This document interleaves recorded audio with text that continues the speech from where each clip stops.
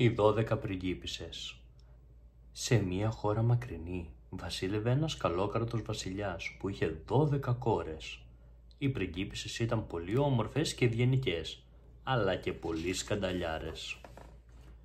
Καθώς ήταν πολύ αγαπημένες, κοιμούνταν όλες μαζί σε ένα μεγάλο υπνοδωμάτιο με 12 κρεβάτια. Επειδή ο πατέρας τους ήξερε πόσο άτακτες ήταν, κλείδωνε κάθε βράδυ την πόρτα τους με 12 ολόχρυσες κλειδαριές. Κάθε πρωί όμως, έκπληκτος έβρισκε τα παπούτσια τους λιωμένα, σαν να είχαν φθαρεί έπειτα από πολλές ώρες χορού. Το σκεφτόταν και το ξανασκεφτόταν, αλλά δεν μπορούσε να βρει καμία λογική εξήγηση. Μα πώς είναι δυνατόν να χαλάνε τις γόβες τους κάθε βράδυ? Απορούσε, ενώ κάθε πρωί εκείνες τους ζητούσαν 12 καινούργια ζευγάρια. Αφού μένουν κλεισμένες στο δωμάτιό τους, είμαι σίγουρος ότι δεν μπορούν να βγουν από εκεί, αφού εγώ ο ίδιος κλειδώνω την πόρτα τους. Όμως, όσο και αν τις ρωτούσε, εκείνες αρνούνταν να του φανερώσουν την αλήθεια και κρυφογελούσαν.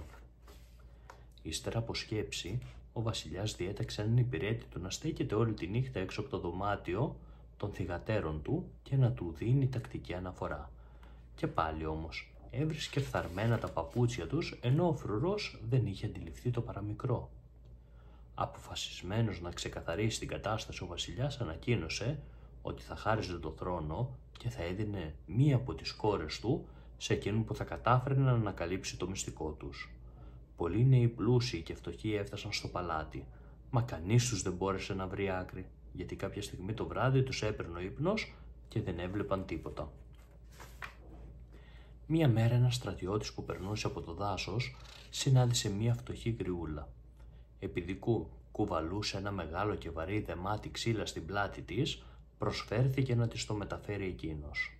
Στο δρόμο προς την καλύβα της, η γριούλα του μίλησε για το μυστήριο γύρω από τις 12 πριγκίπισσες και για τη γενναιόδορη ανταμοιβή του βασιλιά σε εκείνον που θα το ανακάλυπτε.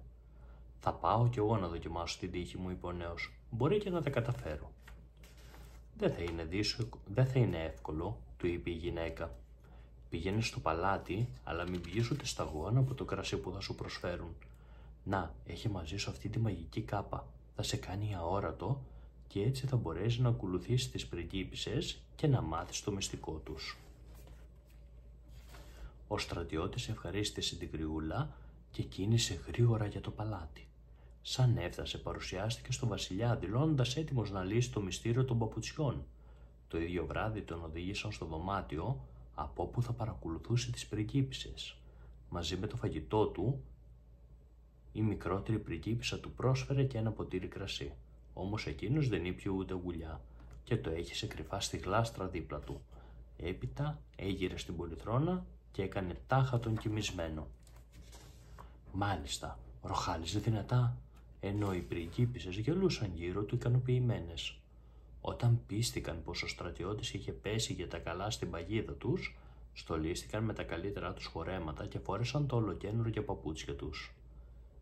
Η μεγαλύτερη αδελφή χτύπησε τα χέρια της και τότε ένα από τα κρεβάτια βυθίστηκε στο πάτωμα, αποκαλύπτοντας μία καταπακτή με μία σκάλα. Από εκεί άρχισαν να κατεβαίνουν μία-μία οι πριγκίπισσες. Ο έκπληκτος στρατιώτης, χωρίς να χάσει καιρό, έριξε την κάπα στους ώμους του και όντας αόρατος πια έτρεξε να τις προλάβει. Πάνω στη βιασύνη του όμως πάτησε την άκρη του φορέματος της μικρότερης βασιλοπούλας, κάνοντάς την να φωνάξει. «Θα ορκιζόμουν ότι κάποιος πάτησε το φόρεμά μου», είπε εκείνη τρομαγμένη, μα οι αδελφές της δεν έδωσαν σημασία και προχώρησαν. Η σκάλα οδηγούσε σε ένα δάσος με πανύψηλα δέντρα που είχαν ασημένια κλαδιά. Ο στρατιώτης, μαγεμένος από το μοναδικό θέαμα, έκοψε ένα κλαδί και το φύλαξε. Τα βήματα των πριγκιπισσών τον οδήγησαν έπειτα σε ένα άλλο δάσος, όπου τα δέντρα είχαν χρυσά κλαδιά, και αργότερα σε μια συστάδα δέντρων με φύλλα γεμάτα διαμάντια. Ο πρίγκιπας πήρε ένα κλαδί από κάθε διαφορετικό δέντρο. Κρυμμένος κάτω από τη μαγική του κάπα, συνέχισε να ακολουθεί από κοντά τις κοπέλες, χωρίς εκείνες να καταλάβουν το παραμικρό. Στην άκρη του πολύτιμου εκείνου δάσους υπήρχε μια λίμνη με ήρεμα νερά. Εκεί 12 πριγκίπισσες με 12 βάρκες Εκεί 12 πρίγκιπες με 12 βάρκες περίμεναν τις πριγκίπισσες για να τις μεταφέρουν στο επιβλητικό κάστρο στην απέναντι όχθη. Ο στρατιώτης επιβιβάστηκε κι αυτό σε μια βάρκα. Από μακριά ακούγονταν μια γλυκιά απαλή μουσική. Οι πριγκίπισσες, συνοδευόμενες από τους 12 πρίγκιπες, μπήκαν στο κάστρο και αμέσως ρίχτηκαν στο χορό. Η γιορτή τους διήρκησε όλη νύχτα και οι νεαρές σταμάτησαν μόνο όταν τα παπούτσια τους έλειωσαν εντελώς. Κατά το ξημέρωμα πέρασαν με τις βάρκες τους στην άλλη όχθη, διέσχισαν το πανέμορφο δάσος και ανέβηκαν τα σκαλοπάτια που είχαν κατεβεί λίγες ώρες νωρίτερα.